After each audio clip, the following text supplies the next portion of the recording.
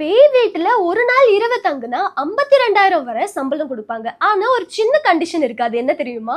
ஜப்பான்ல இப்ப புதுசா ஒரு வேலை வாய்ப்பு வந்துட்டு பயங்கர ட்ரெண்ட் ஆகிட்டு இருக்கு. ஏதாச்சும் ஒரு வீட்ல யாராவது இறந்துட்டாங்களோ, தற்கொலை செஞ்சுக்கிறாங்க, கொலை நடக்குது, உயிரிழந்திருக்காங்க. அது தீ விபத்துனாலயோ இல்லது ஏதாவது இந்த மாதிரியான அசம்பாவிதங்கள் நடந்துச்சுன்னா, யாராவது அந்த வீட வாடகைக்கு விடும்போதோ, வாங்கும்போதோ இந்த விஷயங்கள்லாம் சொல்லி தான் அவங்களுக்கு குடுக்கணும். அப்படின்னு ஒரு சட்டமே இருக்கு.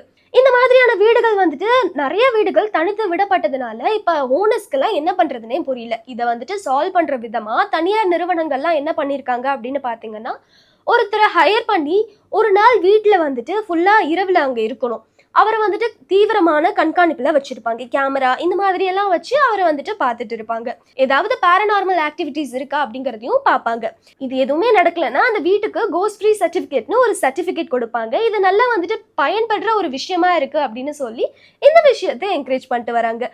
நீங்க வந்துட்டு ஒரு நாள் இரவு 52,000 சம்பளத்துக்காக தங்குவீங்களா? அப்படிங்கிறத கமெண்ட்ல சொல்லிருங்க.